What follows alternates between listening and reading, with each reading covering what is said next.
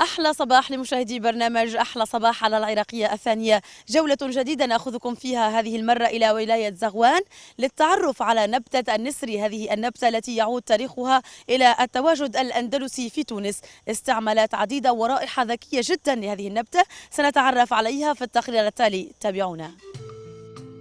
تبدو مدينة زغوان فريدة من نوعها بين المدن التونسية، حالمة وسط غابات الصنوبر والعرعار في حضن جبلها المهيب والذي تلف الغيوم قممه، وبين بيوتها تنتشر بساتين الغلال وزهور النسر والتي حملت اسم البلدة وطعم حلوياتها الشهيرة عبر الآفاق. وأما ماء النسر فلا تستغني سيدات زغوان عن تقديمه كمشروب محلى بالسكر مع الفطائر في الأفراح، وأيضا في صنع الحلويات التي عرفت بها زغوان، وخاصة منها كعك الورقة. هذا الكعك والذي تقول الأسطورة المرتبطة بالتاريخ الأندلسي بالمنطقة أنه كان الوسيلة التي هربت من خلالها الأندلسيات حليهن، وقد ساعدهن في ذلك كبر حجمه في ذلك العهد. العرض الخروج الأندلسيين من الأندلس وقدومهم هنا إلى تونس باش نخرجوا الذهب نتاعهم والحولي نتاعهم، أخفوهم في الحلويات. شنو الحلويات؟ هو كعك الورقة. كعك الورقة كان بحجم أكبر من هكا، خذاو خباو فيهم بعد في عود الحشو اللوز، حباوه بالحشو متاع الذهب والحولي متاعهم، وقاموا بتهريبه إلى تونس هنا، واستقر بطبيعته فهمت مع النسري في مدينة زغوان. وها هو كعك الورقة الآن قد أصبح رسول زغوان للتبليغ عن طيب حلوياتها وكرم رائحة زهرتها الأخاذة، والذي لا تدخر النسوة جهدا في إعداده وإعطائه من روحهن وطيبة قلوبهن الكثير خلال تحضيره بحركاتهن الماهرة، إذ يحضر العجين من الزبدة والطحين بحركات متتالية حتى يتماسك، ومع إضافة الماء رويدا رويدا وعلى قدر الحاجة، وتترك لترتاح لساعتين أو أكثر. بعد ذلك تطرح العجينة على الطاولة المدهونة بالزيت حتى تصير برقة الورقة، وتوضع داخلها حشوة من اللوز تلف في شكل لولبي، ثم تقص وتلف في شكلها الدائري، وحيث يلصق طرفها بمساعدة ماء النسري وتلطف ليصبح شكلها متناسقا، وبعد ذلك توضع في الفرن لمدة 25 دقيقة ليقدم ببياضه الناصع، شاهدا على كرم أهل مدينته وعراقتها. تحلوها وبعديك تتبرم وبعديك تتقفل بالنسري اللي هي حكينا عليها وردة النسري، معناتها فيها برشا منافع.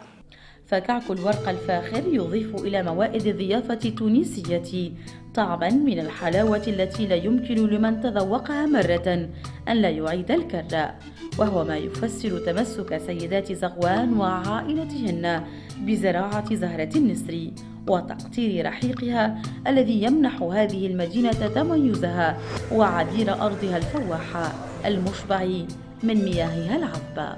وكان الأندلسيون هم الذين جلبوا زهور النسر إلى زغوان منذ 4 قرون، هاربين من جور المسيحيين بعد سقوط الأندلس. زهرة النسر الخجولة تطلب من عشاقها أن يستفيقوا باكرا وأن يسعوا إليها تحت ندى الصباح الباكر وعلى همسات استيقاظ العصافير خلال الفصل الربيعي الحالم.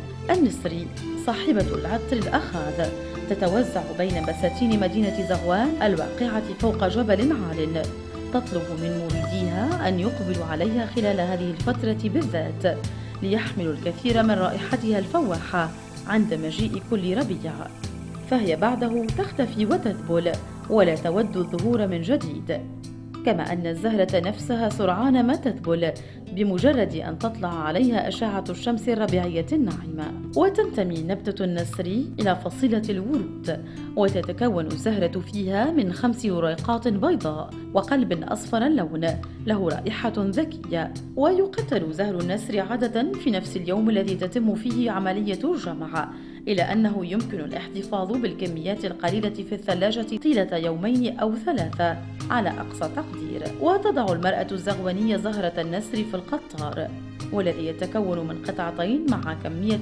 معينة من الماء، وذلك على نار هادئة أو على نار الفحم. تستعمل زهرة النسر ذات رائحة الملكية في إنتاج العطور الحديثة والصابون الفواح وكريمات التجميل، كما أن لها فوائد صحية جمة، منها إيقاف الإسهال واهتراء اللثة، ومداواة العذر وأمراض الشيخوخة، ونزيف الدورة الشهرية، وتقوية المناعة وجدار العروق، وكذلك التخفيض من مستوى السكري في الدم، والمساعدة على تفتيت حصى الكلى، والحماية من البرد للأطفال. رائحة ملكية بالنسبة للنسري، رائحته ملكية معناتها ذكية ياسر، بقطع النظر لأنه معناتها عنده استعمالات أخرى للحوريات واستعمالات طبية، اللي معناتها الماء النسري مفيد للقلب، يعدل دقات القلب. النسري زاد معناتها عنده استعمالات حديثة اللي يدخل في مجال العطور واستعمال العطور والصابون برائحة النسري.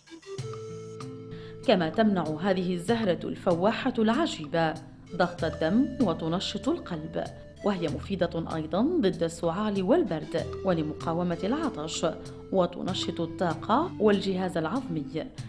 انتصار الشلي لبرنامج أحلى صباح، العراقية الثانية، من مدينة زغوان، تونس.